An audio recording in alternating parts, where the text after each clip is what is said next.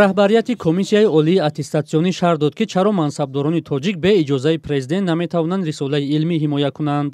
қаблан ин ниҳод бо ирсоли номае аз шӯрои илмии донишгоҳҳо хоста буд, ки рисолаҳои кормандони ниҳодҳои давлатиро танҳо пас аз иҷозаи президент баррасӣ кунанд. хизматчиёни давлатии мо масруфи кор ҳастанд, масруфи хизмат ҳастанд ва диссертатсия навиштан, кори илмӣ машғул шудан вақти зиёда талаб мекунад, заҳмати зиёдеро дар пушт дорад ва ҳам кори хизмати давлатӣ кардан ва ҳам кори илмӣ кардан ин мушкилота эҷод мекунад. вале дар ҳамин раванд мо комиссия эҳсос кард, ки баъзан зиёдаравӣ, баъзан ҳолатҳои номатлуб ба чашм мерасад ва мо хостем ҳамин маън накардем, маън нашудааст, фақат ин ба низом дарояд.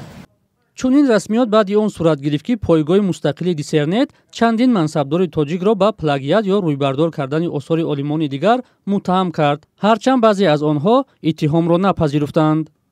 ҳимояи рисолаҳои илмии мансабдорон бо иҷозаи раисҷумҳур дар ҳоле сурат гирифт, ки асардуздӣ миёни олимони тоҷик борҳо мавриди интиқодҳо қарор гирифтааст.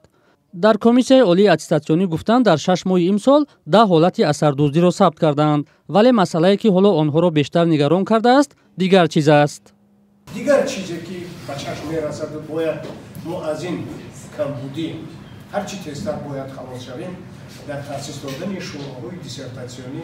ҳамоно ана ҳамун ҳамшаҳрчигиву баъзан ҷураҳошона ҷамъ кардан ба назар мерасад. ҳатто ман гӯям як шӯрои пешниҳод шуда буд, ки 70% аъзои шӯрои диссертатсионӣ аз як ҷамоат аст.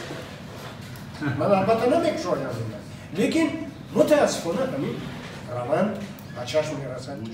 то 4 сол пеш пажӯҳишгарони тоҷик барои дарёфти унвони илмӣ маҷбур буданд қисми рисолаҳои худро бо тарҷумаи русӣ дар комиссияи олии аттестатсионии Русия ҳимоя кунанд. бо таъсис ёфтани комиссияи олии аттестатсионӣ дар кишвар, олимон имкон пайдо намуданд, ки рисолаҳояшонро барои арзёбӣ ба ин ниҳод пешниҳод кунанд.